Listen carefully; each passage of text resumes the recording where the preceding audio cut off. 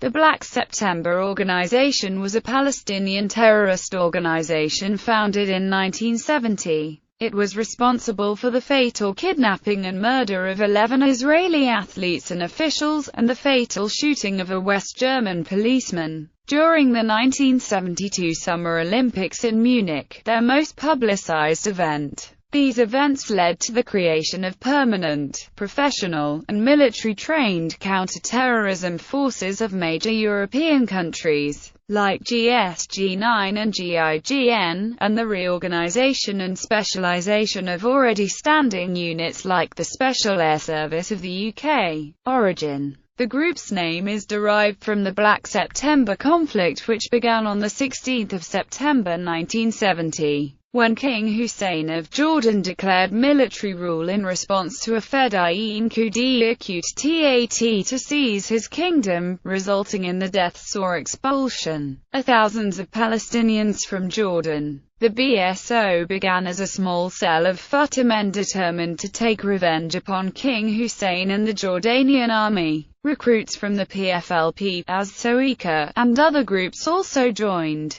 Initially, most of its members were dissidents within Fatah who had been close to Abu Ali Iyad, the commander of Fatah forces in northern Jordan, who continued to fight the Jordanian army after the PLO leadership withdrew. He was killed, allegedly through execution, by Jordanian forces on 23 July 1971. It was alleged by them that the Jordanian Prime Minister at the time, Wasfi al-Tal, was personally responsible for his torture and death. Structure of the group. There is disagreement among historians, journalists, and primary sources about the nature of the BSO and the extent to which it was controlled by Fatah. The PLO faction controlled at the time by Yasser Arafat.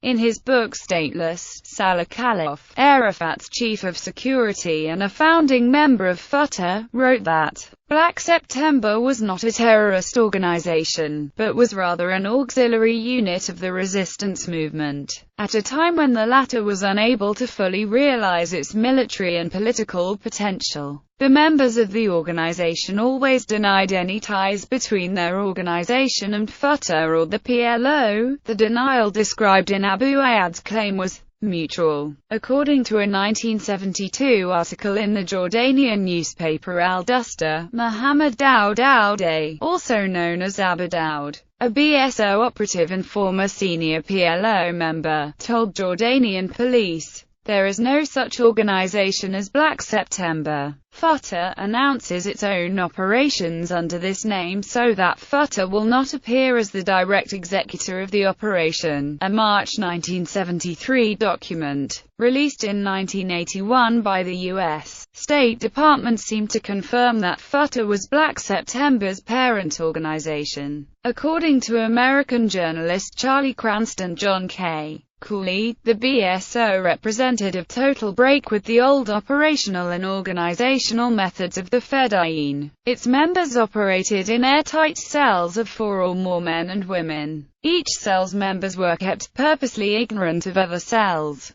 Leadership was exercised from outside by intermediaries in CUT-OFFs, though there was no centralized leadership. Cooley writes that many of the cells in Europe and around the world were made up of Palestinians and other Arabs who had lived in their countries of residence as students, teachers, businessmen, and diplomats for many years. Operating without a central leadership, it was if true collegial direction. The cell structure and the need-to-know operational philosophy protected the operatives by ensuring that the apprehension or surveillance of one cell would not affect the others. The structure offered plausible deniability to the Fatah leadership, which was careful to distance itself from Black September operations. Fatah needed Black September, according to Benny Morris, who was at the time a professor of history at Ben-Gurion University. He writes that there was a problem of internal PLO or Fatah cohesion, with extremists constantly demanding greater militancy. The moderates apparently acquiesced in the creation of Black September in order to survive. As a result of pressure from militants, writes Morris, a Fatah Congress in Damascus in August-September 1971 agreed to establish Black September. The new organization was based on Fatah's existing special intelligence and security apparatus, and on the PLO officers and representatives in various European capitals, and from very early on, there was cooperation between Black September and the PFLP. The PLO closed Black September down in September 1973. On the anniversary it was created by the political calculation that no more good would come of terrorism abroad, according to Morris. In 1974 Arafat ordered the PLO to withdraw from acts of violence outside the West Bank, the Gaza Strip and Israel. Munich massacre. The group's most infamous operation was the murder and mutilation of 11 Israeli Olympic athletes, 9 of whom were first taken hostage, and the killing of a German police officer, during the 1972 Summer Olympics in Munich. Black September's official name for the operation was Akrit and Birim, after the names of 2 Palestinian Christian villages whose residents had been killed or expelled by the Israeli military Haganah in 1948. Following the attack, the Israeli government, headed by Prime Minister Golda Meir, ordered Mossad to assassinate those known to have been involved. What was then known as Operation Bayonet had begun. By 1979, during what became known as Operation Wrath of God, at least one Mossad unit had assassinated 8 PLO members. Among them was the leading figure of Ali Hassan Salameh, nicknamed the Red Prince, the wealthy, flamboyant son of an upper-class family, and commander of Force 17, Yasser Arafat's personal security squad.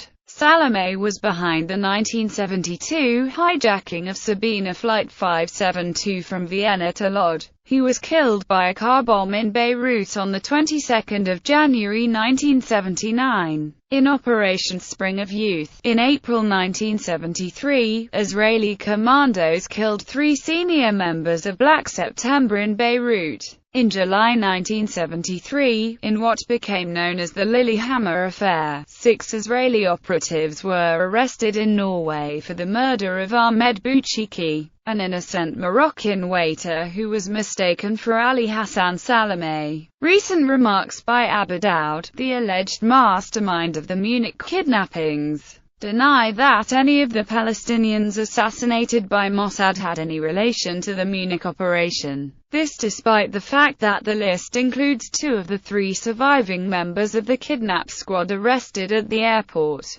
Other attacks. Other actions attributed to Black September include the 28th of November 1971, the assassination of Jordan's Prime Minister, Wasfi al-Tal, in retaliation for the expulsion of the PLO from Jordan in 1970-71. December 1971, attempted assassination of Zaid al-Rifai, Jordan's ambassador to London and former chief of the Jordanian Royal Court. The 6th of February 1972, sabotage of a West German electrical installation and gas plants in Ravenstein and Ommen in the Netherlands and in Hamburg in West Germany. The 8th of May 1972, hijacking of a Belgian aircraft, Sabena Flight 572, flying from Vienna to Lod. September and October 1972. Dozens of letter bombs were sent from Amsterdam to Israeli diplomatic posts around the world, killing Israeli agricultural councillor Amy Shakari in Britain. The 1st of March 1973, attack on the Saudi embassy in Khartoum of killing Cleo Noel, United States Chief of Mission to Sudan, George Curtis Moore, the U.S. Deputy Chief of Mission to Sudan, and Gaid, the Belgian Charge d'Affaires to Sudan. The 2nd of March 1973 New York bomb plot.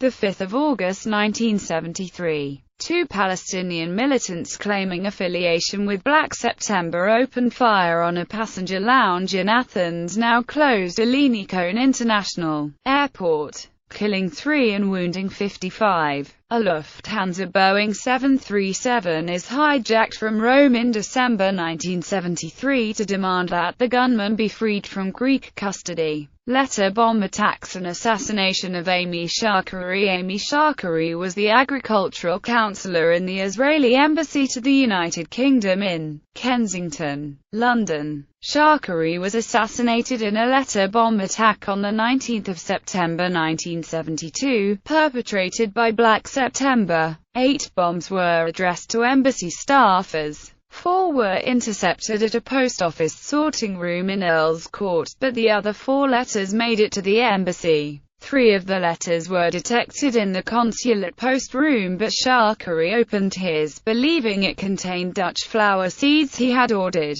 The resulting blast tore a hole in the desk and fatally wounded Shakari in the stomach and chest. In Shakari's memory, an annual memorial lecture on agriculture in London was established.